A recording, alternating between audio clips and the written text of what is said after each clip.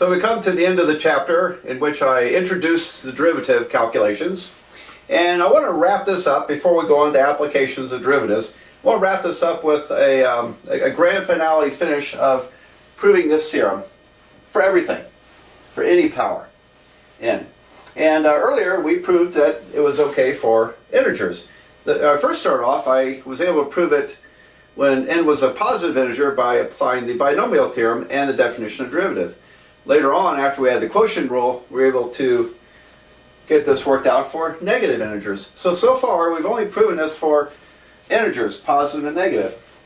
Now I want to tackle it for any number, but at the moment I'm just going to settle with fractions. So I'm going to say, well, what's the derivative of x to the c over n, where c and n are both integers? Right now, when you have an integer divided by an integer, like 2/3 or -4/9, it's a fraction. We call those fractions, integer divided by integer is called a rational number. So I'm proving this for rational numbers. And I'm going to start off this way. Let's look at the derivative of x to the c. C is an arbitrary integer.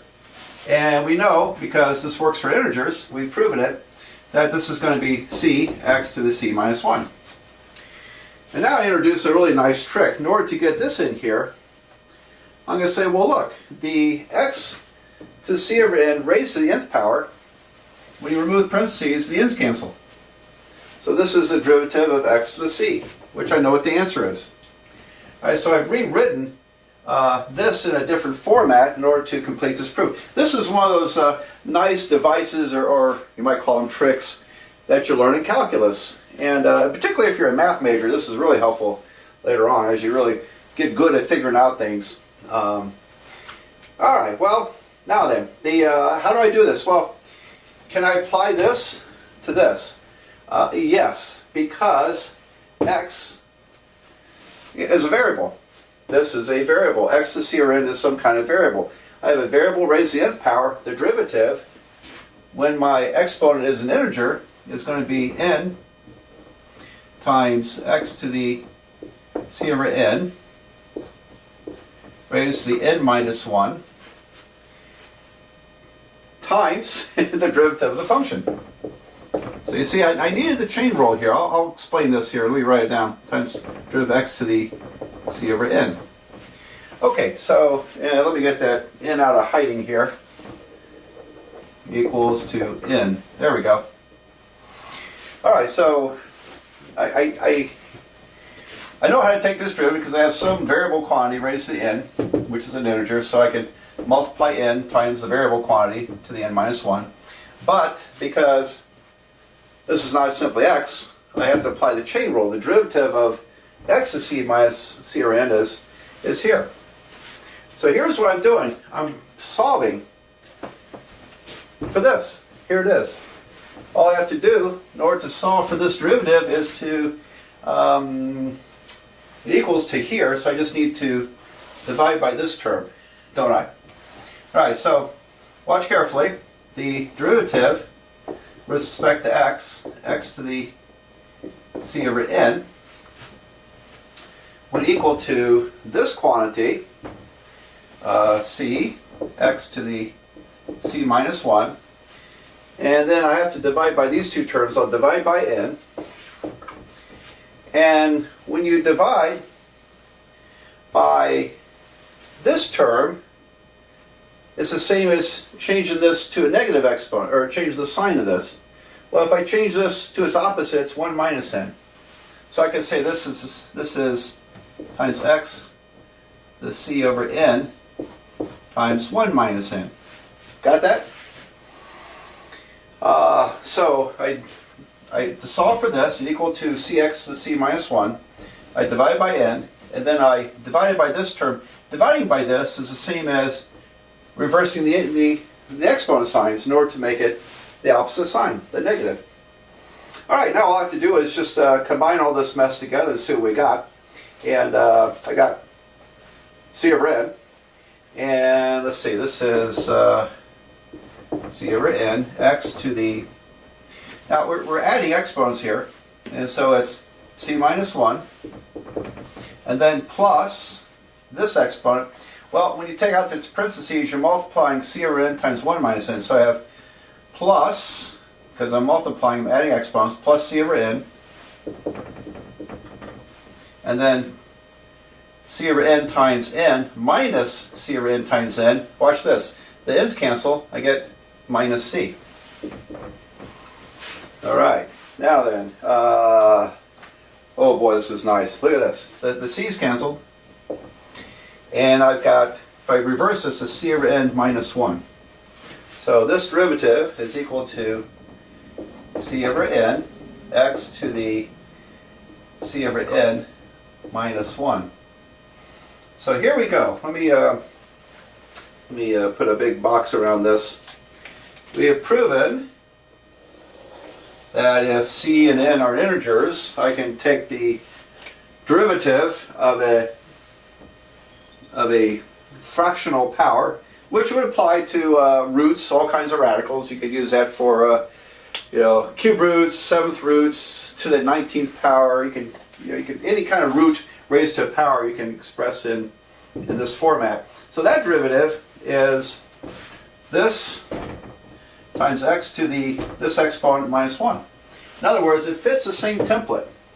If you just replaced n with c over n, and here you'll get exactly that. So now we have proven this, not only for integers, but also for all fractions. And what's left? What are the things that aren't fractions? They're called irrational numbers, aren't they? So let me address that question here. And but I need to erase the board and make some room. Okay, now I'm going to make an argument that sort of settles this for anything. Because when you think about the numbers, we have integers, we have fractions. Well, integers qualify as fractions or rational numbers. For example, 2 is equal to 2 over 1. And so integers are rational numbers, which can be represented as fractions. But we have a lot of other numbers which are not rational. They're called irrational. For example, the square root of 2 is irrational. It cannot be written as a fraction. I would love to prove it to you, but that's really not a calculus proof. So you can look it up somewhere. It's easy to find the proof of that this cannot be written as a fraction. Another number that's irrational is our familiar pi. The number e, used in natural logarithms, for example, or exponential functions. The letter e represents about 2.718. That's an irrational number. These cannot be written as fractions. So, matter of fact, this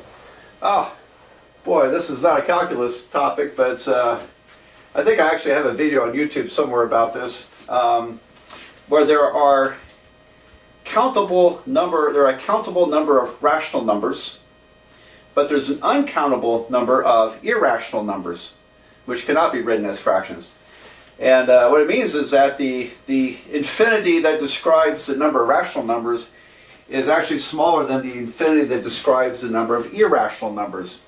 So, for example, if you have a number line between 0 and 1, and if you threw a dart at it, the odds of you hitting a rational number is actually about 0. The odds of you hitting an irrational number is about 100%.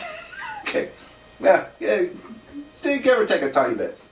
Anyway, so it's an interesting topic for another course, another time. And I guess if you went to if you could find my YouTube series on infinity, maybe I'll link it to this video. I explained what I just told you about countability. All right, so I'm getting a little off topic here. What about irrational numbers? So I'm going to make an argument that if n is irrational, then there exists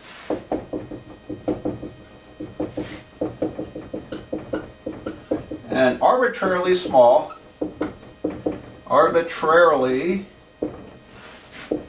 did I spell that right? Arbitrarily, I think I did. Small epsilon.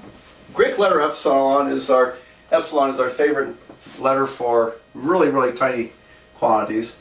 There exists an arbitrarily small epsilon such that n plus epsilon is rational. Okay, now this is hardly a formal proof. Don't try this in graduate school, what I'm doing. I'm not sure how they prove this for irrational numbers, but it's probably got to be something like this. And I would think, because when you look at the set of real numbers, it's somehow things are dense inside it.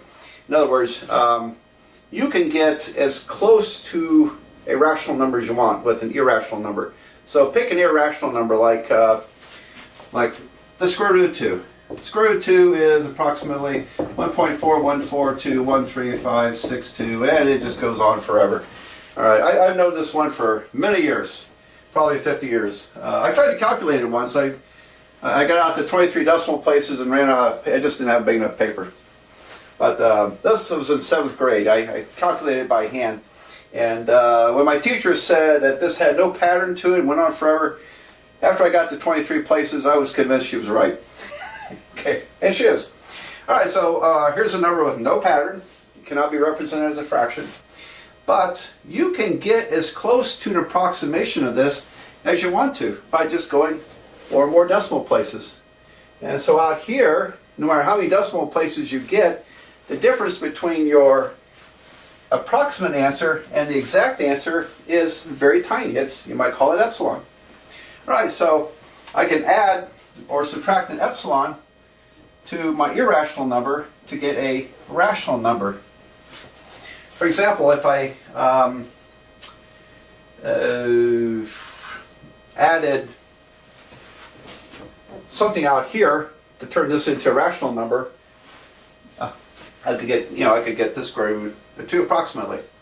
All right, so what does that mean then? All right, so n plus epsilon can be rational, and you can get as small and close as you want to an irrational number. So that means that the derivative of x to the n plus epsilon, now this is rational, which means I can imply what I've already proven. It's n plus epsilon, x to the n plus epsilon minus 1.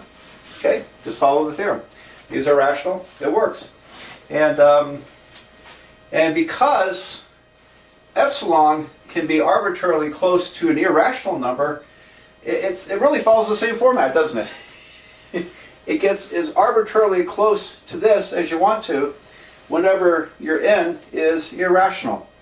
So that's the intuitive idea of proving this, why this works also for irrational numbers. It means you can get as close as you want to the rational form of this as you need to. And so basically they're the same. So let epsilon go to 0. Take the limit as epsilon goes to 0 and you've got it. Can I just simply let the limit of epsilon go to 0 here? Yeah, I think you could. If epsilon went to 0, then this would go to n, x to the n minus 1. Take the limit. And so the limit of, as epsilon goes to 0, of all this would be equal to the derivative of x to the n, and that would be nx to the n minus 1. Is that legal? I think it is. I think it is, because we have to go through the definition of derivative and all that stuff. Okay, I have to confess, I'm not a great expert at this level of real analysis. All right, so I might be overlooking some little detail here, but I think intuitively we're on the right track. So, in an intuitive sense at least, and perhaps in a almost formal sense, I think we've proven this. So, all right, well, let's move on then to the applications of derivatives. And I think I'll start with graphing, because with graphing you see what derivatives tell you. And so once we learn how to graph with derivatives, then we can start seeing how we can apply it better. So, all right, I'll see you in the next chapter.